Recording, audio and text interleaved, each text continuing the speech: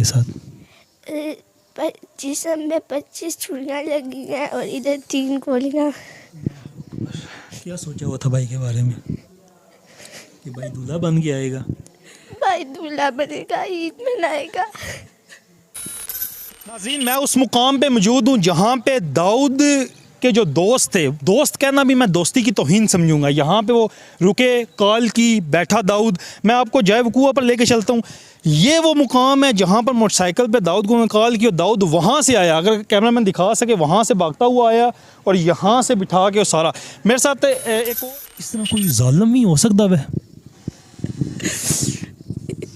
मैं सोचती हूँ कोई इतना जालिम हो सकना, किसी ने पुत्र की इस तरह कोई एकदम इस तरह को के साथ छोड़े छुरियां ना।